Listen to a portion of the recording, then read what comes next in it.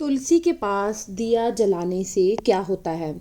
एक बार की बात है, देवी सत्यभामा भगवान श्री कृष्ण के पास आती हैं और उनसे पूछने लगती हैं, हे स्वामी, आप नित्य तुलसी को जल देते हैं और देवी रुक्मणी नित्य तुलसी के पास दीपक जलाती हैं, इसके पीछे क्या रहस्य है। कृपया आप मुझे तुलसी को जल देने का और तुलसी के पास दीपक जलाने का महात्म सुनाइए। भगवान श्री कृष्ण कहते हैं, हे देवी सत्यभामा, तुमने अत्यंत महत्वपूर्ण प्रश्न किया है। देवी तुलसी लक्ष्मी का ही अवतार है। तुलसी भगवान विष्णु को अत्यधिक प्रिय है, इसलिए ये मुझे भी सबसे अधिक प्रिय है। मासों में कार्तिक और वनस्पतियों में मुझे तुलसी प्रिय है। जो भी मनुष्य तुलसी को जल देता है उस पर मेरी कृपा सदैव बनी रहती है। जो भी मुझे तुलसी पत्र डालकर भोग चढ़ाता है मैं उसे प्रेम से स्वीकार करता हूँ। तुलसी पत्र के बिना मैं किसी भी प्रकार का भोग स्वीकार नहीं करता हूँ। हे देवी, अब मैं तुलसी को जल देने का और तुलसी के पास दीपक जलाने का महात्म सुनाता हूँ, इसलिए तुम इस कथा को ध्यान से सुनो। जो भी स्त्री इस कथा को ध्यान से पूरा सुनती है वह सदा सुहागन रहती है, उसके घर में सुख समृद्धि आती है, दरिद्रता का नाश होता है। देवी सत्यभामा कहती है, हे स्वामी, मैं इस कथा को ध्यान से पूरा सुनूंगी, कृपया आप मुझसे वह कथा कहिए। तब भगवान श्री कृष्ण देवी सत्यभामा को वह कथा सुनाने लगते हैं। भगवान श्री कृष्ण कहते हैं, देवी, पूर्व काल की बात है, मध्य देश में श्याम शर्मा नाम का एक वैश्य अपनी पत्नी के साथ रहा करता था। वैश्य के पास किसी चीज की कोई कमी नहीं थी। ईश्वर की कृपा से उसके पास सब प्रकार के सुख ऐश्वर्य थे, किंतु उस वैश्य की कोई संतान नहीं थी, जिस कारण से वह सदैव ही दुखी रहता था। उस वैश्य ने संतान प्राप्ति के लिए कई उपाय किए। उसने दान धर्म किए, अनेक प्रकार के वैद्य भी बुलाए, नाना प्रकार के उपचार भी किए, किंतु फिर भी उसे कोई संतान नहीं हो रही थी। फिर एक दिन वह वैश्य महामुनि वशिष्ठ जी से मिलने के लिए उनके आश्रम पर आता है। मुनि वशिष्ठ श्याम शर्मा का स्वागत करते हैं और कुशल मंगल पूछते हैं। तब वह श्याम शर्मा मुनि वशिष्ठ जी से कहता है, हे मुनिवर, मैं अत्यंत दुखी हूँ, मेरी कोई संतान नहीं है और संतान के बिना मेरा उद्धार कैसे होगा। मैंने संतान प्राप्ति के लिए अनेक उपाय भी किए, किंतु मुझे संतान नहीं हो रही। कृपया आप ही बताएं, मुझे किस कारण से पुत्र की प्राप्ति नहीं हो रही। क्या मुझसे जाने अनजाने में कोई पाप हुआ है। तब मुनि वशिष्ठ जी अपनी दिव्य दृष्टि से श्याम शर्मा के पूर्व जन्म के बारे में जान लेते हैं। वशिष्ठ जी कहते हैं, वस पिछले जन्म में तुम्हारे द्वारा कोई घोर पाप हो गया था, उसी कारण से तुम्हें इस जन्म में संतान सुख प्राप्त नहीं हो रहा। श्याम शर्मा कहते हैं, हे मुनिवर, कृपया मुझे बताएं, पिछले जन्म में मुझसे कौन सा पाप हुआ था और उस पाप से मुक्त होने के लिए मुझे कौन सा उपाय करना चाहिए। वशिष्ठ जी कहते हैं, हे वत्स, पिछले जन्म में तुमने जो अपराध किया था उसके विषय में सुनो। पिछले जन्म में तुम एक अहंकारी वैश्य थे। तुम्हारा जन्म धनवान कुटुंब में हुआ था। तुमने पिछले जन्म में गाय को अत्यंत दुख दिया। एक दिन एक गाय भूख और प्यास से व्याकुल होकर तुम्हारे द्वार पर आई थी, किंतु तुमने उस गाय को ना रोटी खिलाई, ना चारा खिलाया और ना ही उसे जलपान कराया। तुमने बड़ी ही निर्दयता से उस गाय को अपमानित करके घर से निकाल दिया। उस गाय ने अभी अभी बछड़े को जन्म दिया हुआ था और भूख से व्याकुल होने के कारण वो गाय वहीं पर मूर्छित होकर गिर पड़ी और उस दिन वह अपने बछड़े को दूध नहीं पिला पाई, इसलिए उसी ने तुम्हें श्राप दिया था। उसी गाय के श्राप के कारण तुम्हारी ऐसी दुर्दशा हुई है। उस गाय के श्राप के कारण तुम्हें इस जन्म में संतान नहीं हो रही। वशिष्ठ जी की बात सुनकर उस श्याम शर्मा को बड़ा दुख हुआ और वह स्वयं को कोसते हुए कहने लगा, हाय, मैंने क्या किया। एक बेचारी दुखी गौ माता की सेवा नहीं की, मैंने बहुत बड़ा अपराध किया है और उसी का दंड मुझे भोगना पड़ रहा है। श्याम शर्मा ऋषि से कहते हैं, हे मुनिवर, मुझसे बहुत बड़ा अपराध हुआ है। अब मैं इस पाप का मैं किस तरीके से प्रायश्चित करूं? कृपया मेरा मार्गदर्शन कीजिए। मैंने जो पाप किया है उससे मुक्ति का कोई तो उपाय अवश्य होगा। मैं अपना सब कुछ देकर उस पाप का प्रायश्चित करूंगा। कृपया आप ही कोई उपाय बताएं। मुझे संतान प्राप्ति कैसे हो सकती है? क्योंकि शास्त्र कहते हैं पुत्र के बिना मनुष्य का उद्धार नहीं हो सकता। तब मुनि विशिष्ट कहते हैं, हे वत्स, इस पाप का एक ही उपाय है। तुम पुत्र प्राप्ति के लिए पुत्रे यज्ञ करो। इसी यज्ञ के फल स्वरूप तुम्हें संतान की प्राप्ति होगी। इस यज्ञ को संपन्न करके तुम ब्राह्मणों को भोजन करवाओ, वस्त्र और गाय का दान करो, तभी तुम्हें इस पाप से मुक्ति मिलेगी। तब श्याम शर्मा विशिष्ट जी को धन्यवाद देते हुए कहता है, हे मुनिवर, आपका कोटि कोटि धन्यवाद। मैं आपके कहे अनुसार अवश्य ही पुत्र यज्ञ करूंगा, ब्राह्मणों को गायों का दान करूंगा। इतना कहकर वह श्याम शर्मा शीघ्रता से अपने घर पर लौट जाता है और अपनी पत्नी को सारी कहानी सुनाता है। फिर वे दोनों ही पुत्र यज्ञ की तैयारी करते हैं। अनेक ऋषि मुनियों को निमंत्रण देकर वह श्याम शर्मा पुत्र यज्ञ संपन्न करता है और उन ऋषि मुनियों तथा ब्राह्मणों को गाय का दान करता है। यज्ञ के संपन्न होने के पश्चात यज्ञ की अग्नि से अग्निदेव प्रकट होते हैं और श्याम शर्मा से कहते हैं, हे श्याम, आज तुम्हारा यज्ञ सफल हुआ है। तुमने पुत्र की प्राप्ति के लिए यज्ञ किया था, इसलिए तुम्हें मेरी कृपा से एक पुत्र की प्राप्ति होगी। किंतु तुम्हारे पुत्र की आयु केवल 18 वर्ष की होगी और 18 वर्ष के होने के बाद तुम्हारे पुत्र की मृत्यु हो जाएगी। इतना कहकर अग्निदेव अंतर्ध्यान हो जाते हैं।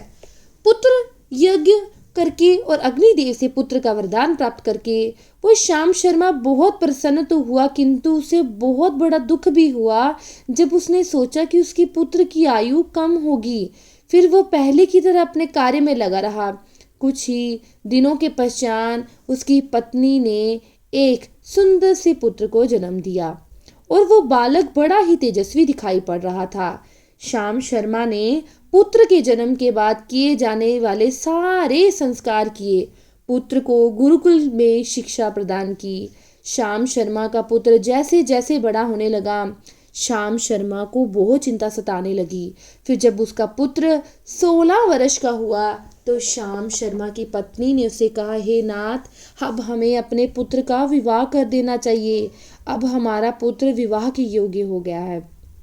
श्याम शर्मा ने कहा, हे प्रिय, विधि के विधान के अनुसार हमारे पुत्र की आयु केवल 18 वर्ष की है। 18 वर्ष के बाद इसकी मृत्यु हो जाएगी, इसलिए हमें इसका विवाह करके किसी कन्या के जीवन को बर्बाद नहीं करना चाहिए। तो 2 वर्षों बाद वो विधवा हो जाएगी, फिर उसे जीवन में अनेक कष्ट सहन करने पड़ेंगे। लेकिन श्याम शर्मा की पत्नी नहीं मानी और वे अपने पुत्र का विवाह देखना चाहती थी। श्याम शर्मा की पत्नी कहती है, नाथ, कुछ भी हो, मैं अपने पुत्र को अविवाहित मरते हुए नहीं देख सकती। हमारे पास किस चीज की कमी है? हमारे बाद हमारी पुत्र वधू इस संपत्ति को प्राप्त करके सुखी जीवन जी सकती है। इसलिए आप संकोच न करें और अपने पुत्र के लिए एक सुंदर कन्या की खोज करें। अपनी पत्नी के हठ के आगे श्याम शर्मा की एक न चली। फिर वह पुत्र के विवाह के लिए मान गया। फिर उसने पास ही के नगर में एक अत्यंत गरीब वैश्य की पुत्री के साथ अपने पुत्र का विवाह संपन्न किया। श्याम शर्मा की बहू का नाम सुभद्रा था। वह अत्यंत गुणवान, चरित्रवान, प्रतिव्रता नारी थी। वह अपने पति की मृत्यु की बात को नहीं जानती थी। सुभद्रा नित्य अपने सास ससुर अपने पति की सेवा करने लगी। साथ ही साथ वह सभी के साथ बड़े प्रेम से रहती, किसी भी आज्ञा का उल्लंघन नहीं करती। अपनी मधुर वाणी और कार्यकुशलता से सभी के मन को उसने जीत लिया। इस प्रकार 2 साल बीत गए और वे समय निकट आ गया जब श्याम शर्मा के पुत्र की मृत्यु होने वाली थी। श्याम शर्मा को झटका लगा, उसे बहुत बड़ा झटका लगा। अब श्याम शर्मा को बहुत बड़ा भय लगने लगा। फिर एक दिन उसने अपनी पुत्रवधू को पास बुलाया, उससे क्षमा मांगते हुए कहने लगा, हे बहू, तुम मुझे क्षमा कर देना, मैंने तुम्हारे साथ बहुत बड़ा अन्याय किया है। सुभद्रा ने कहा, हे ससुर जी, आप ऐसा क्यों कह रहे हैं? आप मुझे क्षमा मांग लज्जित न कीजिए, मैं आपसे बहुत छोटी हूँ, आपकी पुत्री के समान हूँ। कृपया आप संकोच ना करते हुए आपके मन में जो भी बात है वह कहिए। मैं आपकी आज्ञा का उल्लंघन नहीं करूंगी, आपकी आज्ञा का पालन अवश्य करूंगी। फिर श्याम शर्मा कहने लगे, हे पुत्री, तुम कल्याणी हो, तुम एक महान प्रतिवर्ता हो, किंतु मेरे पुत्र के साथ तुम्हारा विवाह होने से पूर्व मैंने तुमसे एक बात छिपाई है कि हमें पुत्र की प्राप्ति के लिए पुत्रे यज्ञ करने के बाद उसे प्राप्त किया, और अग्निदेव ने हमें ये कहते हुए पुत्र का आशीर्वाद दिया कि हमारे पुत्र की आयु केवल 18 वर्ष की होगी। 18 वर्ष के बाद हमारे पुत्र की मृत्यु हो जाएगी। अपने ससुर की बात सुनकर सुभद्रा ने कहा, हे ससुर जी, इतनी सी बात आप चिंता न कीजिए, मैं आपको वचन देती हूँ कि आपके पुत्र वधू मैं कभी विधवा नहीं होंगी। आपके पुत्र के प्राणों की रक्षा मैं करूँगी। आप मुझे बस एक दीपक, जल का घड़ा और एक गाय लाकर दीजिए, मेरे पति के प्राणों की रक्षा इन्हीं से होगी। सुभद्रा की बात सुनकर श्याम शर्मा को बड़ा आनंद हुआ और वह कहने लगा, हे बहू, जैसी तुम्हारी इच्छा, मैं तुम्हें सब चीजें लाकर देता हूँ। इतना कहकर श्याम शर्मा ने अपनी बहू को वो तीनों चीज़ें लाकर दी। फिर जब वह दिन निकट आ गया जिस दिन सुभद्रा के पति की मृत्यु होने वाली थी, उस दिन सुभद्रा ने सुबह उठते ही तुलसी को जल चढ़ाया।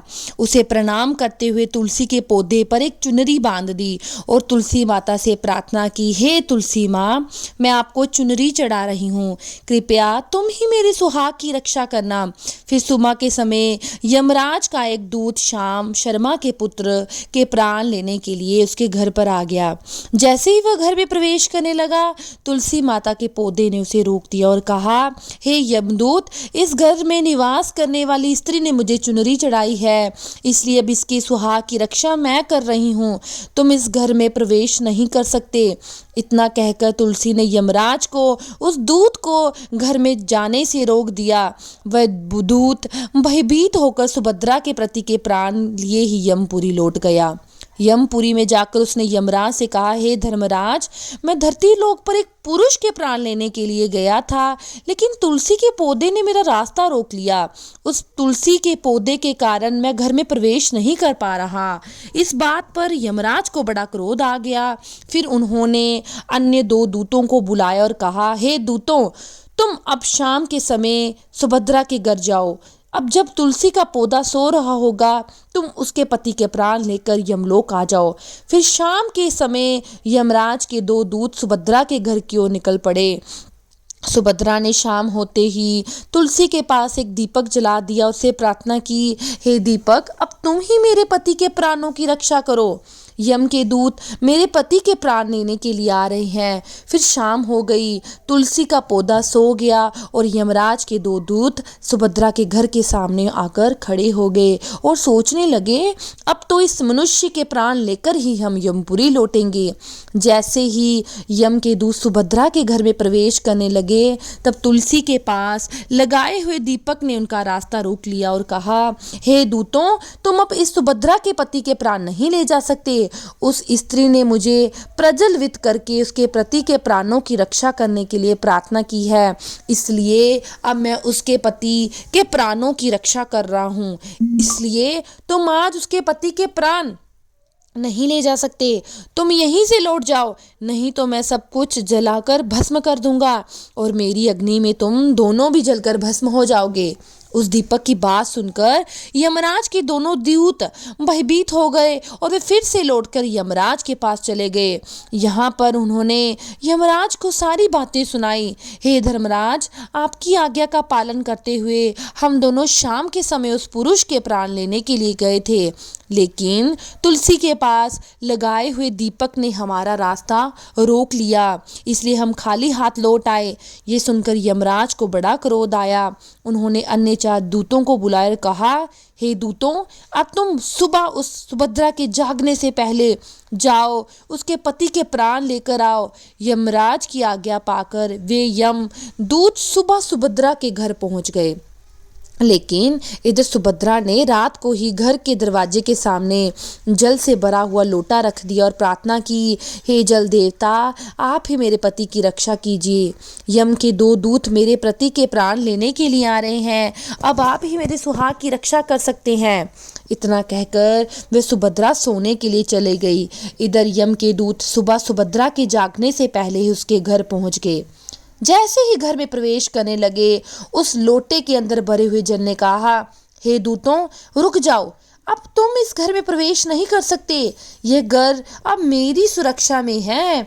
मैं सुभद्रा के पति के प्राण तुम्हें लेकर जाने नहीं दूंगा। अगर तुमने इस घर को प्रवेश किया तो मैं नरक की अग्नि को बुझा दूंगा, जिससे सारा नरक पानी में डूब जाएगा, नरक डूब जाएगा। ये सुनकर यमराज के वे चारों दूत घबरा गए और एक दूसरे की तरफ देखकर उस स्थान से भागे। वे सभी यम के दूत यमराज के पास लौट गए, उनसे कहने लगे, हे धर्मराज, आपकी आज्ञा का पालन करने के लिए हम चारों सुबह सुभद्रा के जागने से पहले ही उसके पति के प्राण लेने के लिए पहुंच गए थे, किंतु सुभद्रा के घर के बाहर रखे हुए जल के लोटे ने हमारा मार्ग रोक लिया और इसी कारण से हम उसके घर में प्रवेश नहीं कर सके। अब बहुत ही अधिक क्रोध आ गया यमराज जी को। इस बार उन्होंने 8 यमदूतों को बुलाया और बोला, यमदूतों, शीघ्रता से जाओ, बलपूर्वक उस मनुष्य के प्राण खींचकर यमलोक लेकर आओ। फिर वे 8 यमदूत यमराज की आज्ञा का पालन करते हुए पृथ्वी लोक पर सुभद्रा के घर के पास आते हैं तो देखते हैं कि सुभद्रा के घर के सामने एक गाय खड़ी है। सुभद्रा ने यमदूतों के आने से पहले ही घर के सामने गाय को बांध दिया और गौ माता से विनती की, हे गौ माता, आज यमदूत मेरे पति के प्राण लेने के लिए आ रहे हैं, अब आप ही मेरे सुहाग की रक्षा कर सकती हैं। हे गौ माता, मैं आपकी शरण में आई हूँ, कृपया मुझे विधवा होने से बचा लीजिए। उस गाय ने कहा, हे पुत्री, तुम चिंता मत करो, तुम्हारे पति के प्राणों की रक्षा मैं स्वयं करूंगी। मेरे होते हुए यम का कोई भी दूत तुम्हारे घर प्रवेश नहीं कर पाएगा, इसलिए तुम चिंता से मुक्त होकर घर में अपने पति की सेवा करो।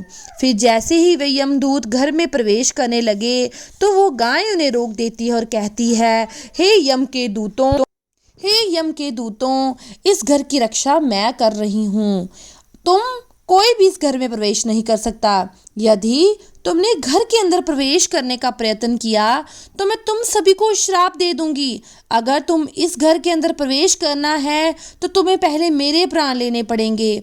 तुम सभी को गो हत्या का पाप लगेगा, जिसका कोई प्रायश्चित नहीं। वहां पर उपस्थित सभी यमदूत गाय के द्वारा श्राप देने की बात सुनकर बहुत भयभीत हो गए।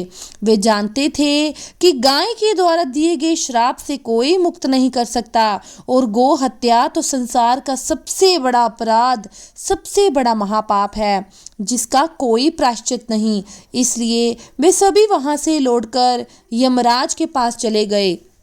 यमपुरी जाकर उन यमदूतों ने यमराज को सारा वृतांत सुनाते हुए कहा, हे धर्मराज, उस सुभद्रा के पति के प्राणों की रक्षा एक गाय कर रही है। उस गाय ने हमें श्राप देने की बात कही, इसलिए हम सभी भयभीत होकर वापस लौट आए हैं।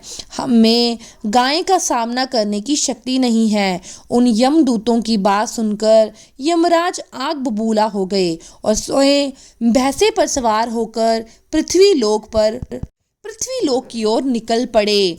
यमराज अपने भैंसे पर सवार होकर उस सुभद्रा के पास चले जाते हैं और यमराज को अपने घर के सामने खड़ा हुआ देखकर सुभद्रा भयभीत हो जाती है और जल्दी से आकर यमराज के चरण स्पर्श करके उन्हें नमस्कार कहती है और उनकी स्तुति करने लगती है।